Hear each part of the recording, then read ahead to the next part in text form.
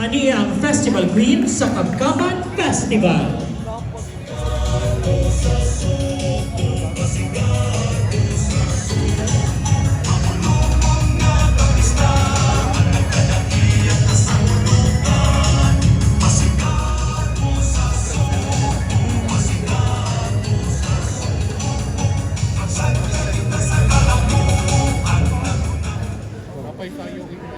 Ikaw ay buburay na ang akong kinalaga.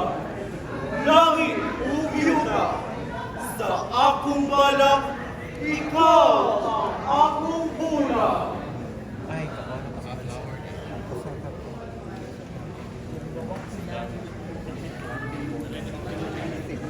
Sa katanong nag-iapin sa daghang katuigan, kay dinhing nagagikan ang ngalan sa karkar.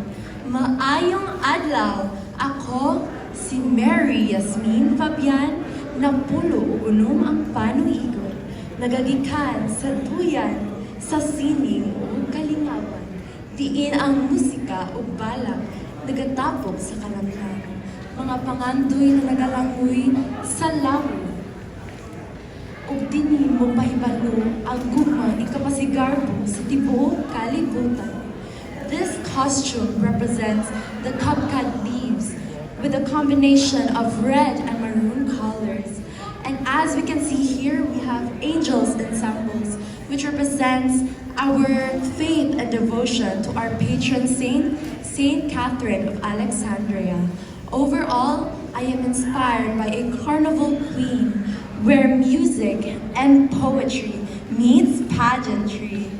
Once again, Kabkaban Festival, Sidla, Sadja, Kar City.